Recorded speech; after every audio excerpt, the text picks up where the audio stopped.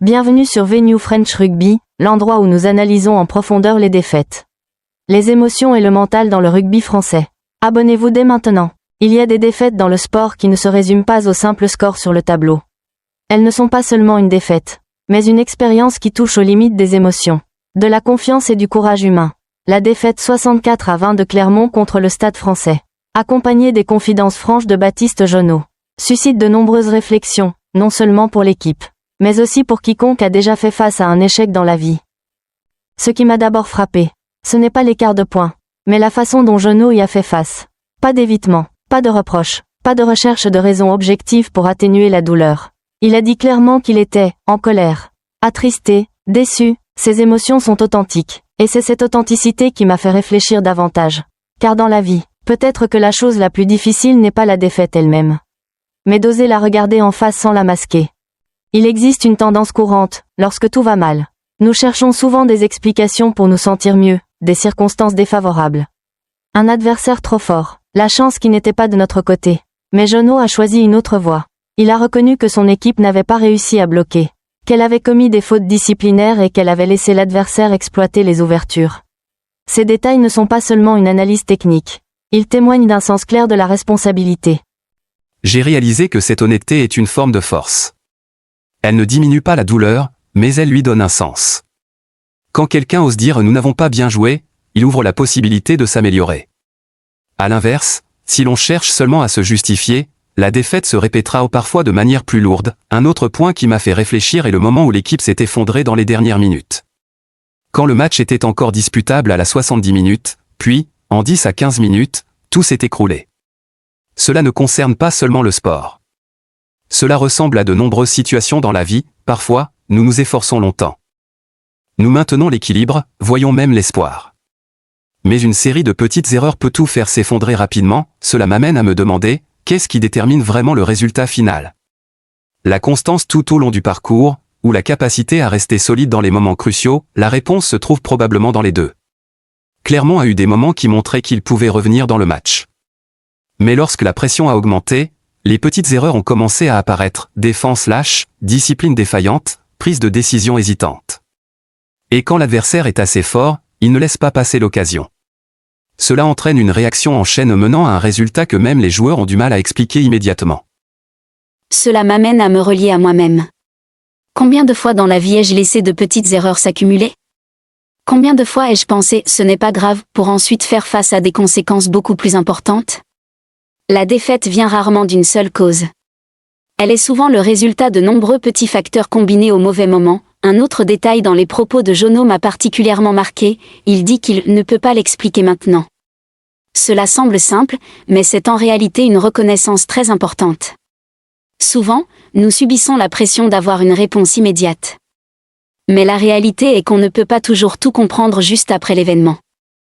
Accepter de ne pas comprendre peut parfois être le premier pas pour comprendre correctement. Cela permet de prendre du recul, d'analyser plus profondément, au lieu de tirer des conclusions hâtives. Dans le sport comme dans la vie, les décisions précipitées après une défaite peuvent entraîner de plus grandes erreurs. Cependant, ce que j'apprécie le plus dans la déclaration de Jonot n'est pas la déception, mais la manière dont il regarde vers l'avenir. Il souligne qu'il reste 6 matchs, que c'est la dernière ligne droite, que l'équipe ne peut pas sombrer dans le découragement. C'est un équilibre très difficile, reconnaître la douleur tout en ne se laissant pas submerger par elle. Je pense que c'est là la leçon la plus importante. La défaite n'est pas le plus grand problème. Le problème est notre réaction face à elle. Si elle devient une crise, comme Jonot l'avertit, les conséquences se prolongeront et se propageront. Mais si l'on la considère comme un signal d'alerte, une opportunité de se réajuster, elle peut devenir un tournant. Pour les supporters, de telles défaites apportent souvent de la frustration, voire de la colère. Mais vues autrement, elles sont aussi l'occasion de mieux comprendre la nature du sport. Aucune équipe ne gagne toujours. Et ce sont parfois les défaites sévères qui façonnent l'identité et la force d'un collectif. Les fans peuvent apprendre la patience. Plutôt que d'encourager seulement lors des victoires, ils peuvent soutenir même dans les moments les plus difficiles. Ce sont précisément ces moments qui testent véritablement l'engagement. Pour chaque individu, cette histoire a une signification plus large. Elle me rappelle que 1. Il faut être honnête avec soi-même. Aucun progrès ne commence par l'auto-tromperie. 2. Il faut prêter attention aux petits détails. Les erreurs apparemment insignifiantes peuvent s'accumuler pour devenir un problème majeur. 3. Il faut garder son sang-froid dans les moments décisifs. Ce n'est pas seulement une question de compétence, mais aussi de courage mental. 4. Enfin, il faut savoir se relever. Non pas en oubliant la défaite, mais en la comprenant et en avançant. En regardant l'ensemble de l'histoire, je ne vois plus seulement une défaite 64-20. C'est une tranche de réalité du sport où émotion, pression, erreur et espoir s'entrelacent. Et dans ce contexte, l'image d'un jeune joueur qui ose dire la vérité, prendre ses responsabilités et continuer d'avancer est profondément inspirante. En regardant l'ensemble de l'histoire, je ne vois plus seulement une défaite 64-20. C'est une tranche de réalité du sport où émotion, pression, erreur et espoir s'entrelacent. Et dans ce contexte, l'image d'un jeune joueur qui ose dire la vérité, prendre ses responsabilités et continuer d'avancer est profondément inspirante. Clermont a peut-être touché le fond ce jour-là. Mais comme dans tout parcours, toucher le fond n'est pas la fin. C'est seulement un point d'arrêt où l'on doit réfléchir pour décider comment continuer.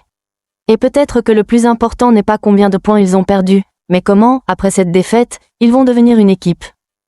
L'échec n'est pas seulement un moment passager ni un chiffre affiché sur le tableau de score. C'est une expérience complexe où les émotions, le courage et la capacité d'introspection s'entrelacent.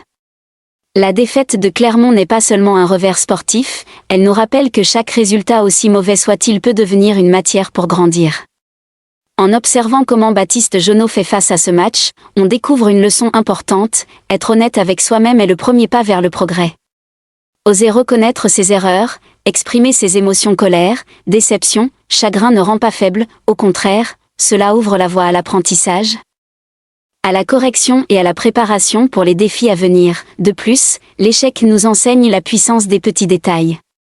Les erreurs apparemment insignifiantes, les moments de distraction ou le manque de discipline peuvent s'additionner et produire des conséquences majeures.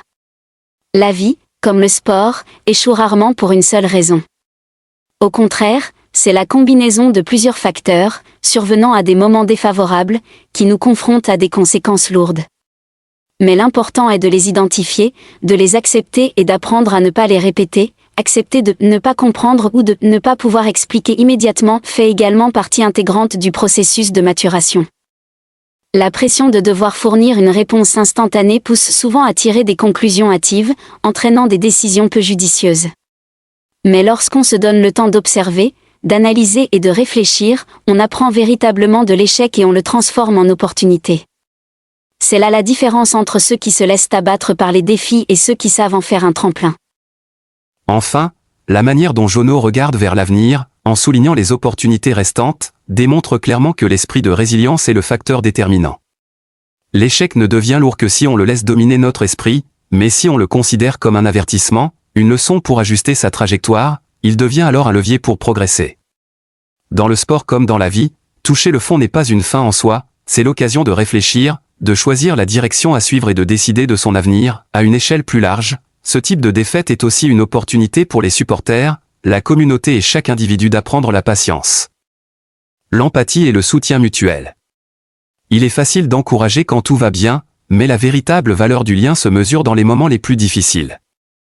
Pour chaque personne, la leçon la plus importante est sans doute être honnête avec soi-même, respecter les détails apparemment insignifiants, garder son courage dans les moments décisifs et savoir se relever pour continuer, plus fort. Ainsi, la défaite 64-20 de Clermont n'est pas seulement un chiffre.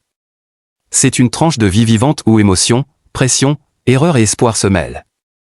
Et surtout, cela démontre que la véritable valeur ne réside pas dans le résultat immédiat, mais dans la manière dont chacun choisit de faire face. D'apprendre et d'avancer après chaque chute. L'échec n'est qu'une pause, et ce qui compte, c'est la direction que chaque individu et chaque collectif décide de prendre ensuite. Merci de suivre Venue French Rugby. La défaite n'est qu'une étape. C'est le mental qui décide du parcours. Abonnez-vous pour nous accompagner dans cette aventure.